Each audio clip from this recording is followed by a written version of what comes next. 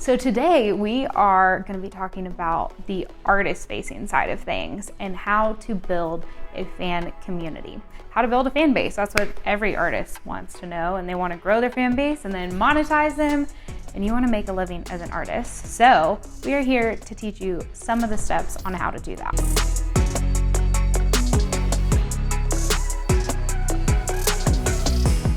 First off, this applies to every artist, whether you are a baby act starting with 0 followers or you are a Taylor Swift level. You first want to tap into figuring out who is your target fan. So if you already have a fan base, pull up all your little social platforms, everything where your fans currently exist, and you're gonna analyze your fan base. What we're really trying to figure out is we're trying to get to know your current fan base or get to know who you think your fan base will be.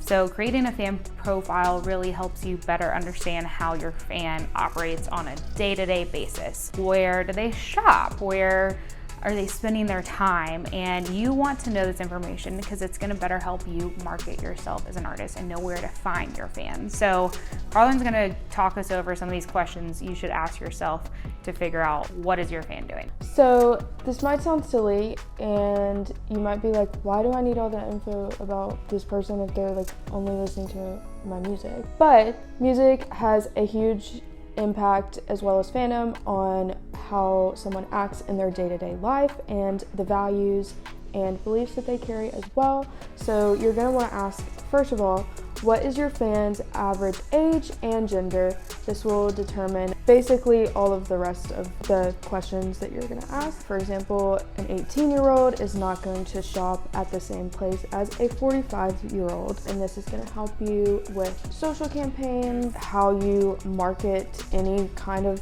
music, whether that be on social media or like the in-person events that you do, anything like that. What are your fans' interests outside of music? What do they like to read? What do they like to watch? The type of shows that they're interested in. Are they moms? What's the similar things that your fans have in common? And then you're also gonna wanna analyze what other artists does this fan listen to. We're gonna talk more in depth about this particular question in a little bit because there's ways for you to find similar artists to you. This will also say a lot about your fan base.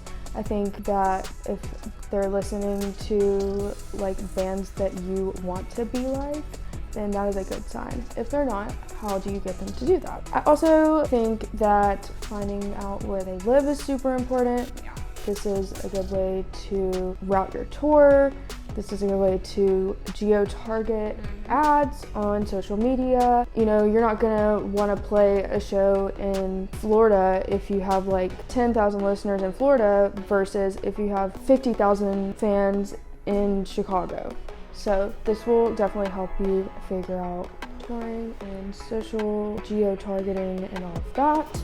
And then where online does this fan spend the most time? You or your team want to see what your fans are saying. It might be hateful, so just beware that if they don't like something, they'll probably make it known. For example, a Harry Styles fan is going to probably spend a lot of time on Twitter and talk about their opinions on there versus a Carrie Underwood fan is probably gonna talk about it on Facebook. So definitely wanna figure out where your fans build community online. Lastly, you're going to see where in person do they spend the most time. If they're like out dancing at a club all the time, you're gonna be like, ooh, I should make club music. But if they're like, ooh, I wanna go like read in the park, then like you're gonna wanna make like invisible string Taylor Swift type music. It also though helps with knowing how to promote your music. So say you have like college girls are your target audience, college age people, then you should be trying to get in with the whole sorority crowd or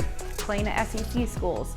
But if you are targeting 50-year-old men who like country music, then maybe you should be like outside of Home Depot or like places where 50-year-old men go on a normal basis. Or maybe get your song placed in like a beer ad or like a sporting goods store. Like you're gonna want your song in the Academy Sports commercial if you're trying to target a 50-year-old man because he's gonna watch that commercial. And you also want to figure out like when you're thinking about, okay, where are they online? Where are they in person? Where are they shopping? Like, what type of items are they buying? So if they're into country music, they are probably buying that sports equipment. They're probably buying the fishing equipment. They're probably gonna buy like a baseball cap versus a Taylor Swift fan is gonna like want to buy like bedazzlers. So you're really just trying to build a persona, and we put a link in the description. So I know this was a lot of stuff we just covered and a lot of questions to ask yourself, but it's a printable worksheet that you can use to fill out all this information. So you have this to analyze your fan base. The next thing you're gonna wanna do is to find fans of similar artists. Like Carla mentioned earlier, when you are creating music, fans are also gonna like similar artists. A great way to figure out who else your fans are listening to is by first going to your Spotify, and then if you scroll down, it'll say artists similar to, and you look at those artists, and those are similar artists who have very similar fan bases. I will say too, Spotify for Artists has a really cool feature where it will show you other artists who your fans think that you sound like, which is cool. Interesting. Which I didn't know until I did a little research, because clearly I'm not an artist. I think that's a super interesting data point to go off of. So once you do find these other artists that you're similar to, it is also very helpful to know that now you should try to become friends or collaborators with these other artists so you can share fan bases. If you know anything about like the Hype House or 615 House, you've seen over the past 5 years, it's become very popular for artists or influencers to all create content together, and that is because your algorithms feed off of each other, and when you are tagging and posting and commenting, you are just building like an insane social media explosion that is gonna skyrocket your career.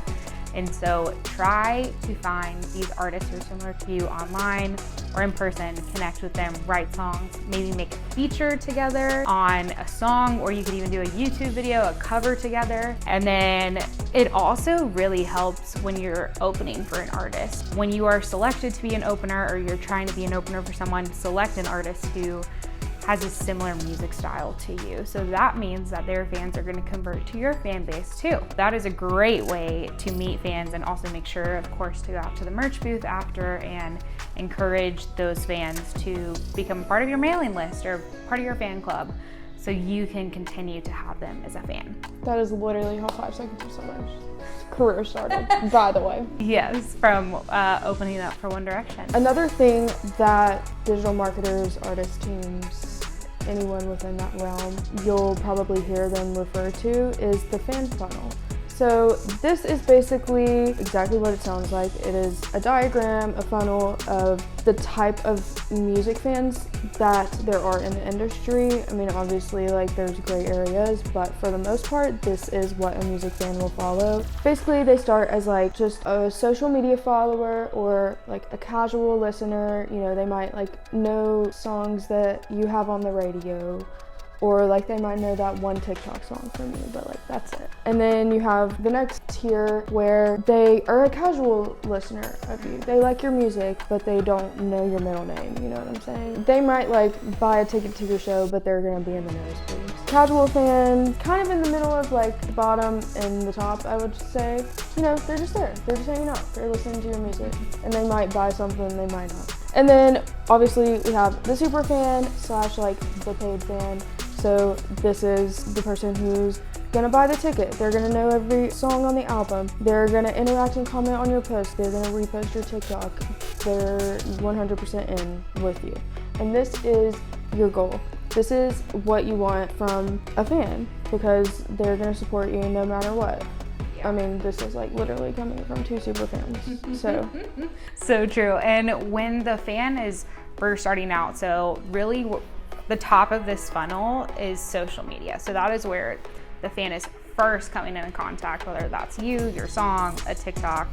It could be they were listening to the radio and heard your song and really liked it. It could be you came up on their For You page. And this is when they're just being introduced to you. And so this is really where we see the top of the funnel. This is where you're gonna have the most individuals. And then you're moving down to this okay, they know who you are, they know your top songs, moving into that follower range. And then you really do want to convert them to that super fan, which is a paid fan. And so this is how you will make money, by selling concert tickets, or they're buying your album and they're buying the merch. And this is also where you really want to foster that community. So every step in this funnel, you are fostering community, but kind of on different platforms. So social media is, again, the top of the funnel. So that's your TikTok, Instagram, anywhere where a fan can discover you. And then you're slowly moving them in. Maybe it's to your email list or to your phone number that they can text. And then you want to convert them to a fan club member or someone who is constantly going to your shows. And this is that super fan who is paid. A fan funnel is the way you really should be looking at your fans. This is the business way of looking at being an artist. And we love that artists love making music, but if you're trying to make a living off of this, you also have to think of it like a business. And so this is really gonna set you up for success to be able to make that money to live off of. So make sure you are writing the persona of your target fan. You're figuring out where they're spending the time. You're figuring out the artists that they're also listening to who are similar to you. And then you are really building that fan funnel and figuring out from your fan persona, okay, if my fan is a 55-year-old female, where are they on the top of my funnel versus where are they on the bottom of my funnel? And so this is really gonna help you make money and spread your art. And we're just so excited to help you. Make sure to comment below if you have any questions about any of this, or if you have any tips for other artists. We want to be able to share these, or if you have a topic idea that you think we should discuss next for artists, definitely leave that below. And even if you are an artist, you should totally check out the other side of this, which is how fans find each other within communities. This will be helpful for you to get in the mindset of a fan and think like a fan so that you can better understand them and build your fan base. Totally. And if you are an artist looking for more help in this area, this is exactly what we do. We help artists with fan engagement strategy, so make sure to reach out. Until next time, see y'all later. Bye.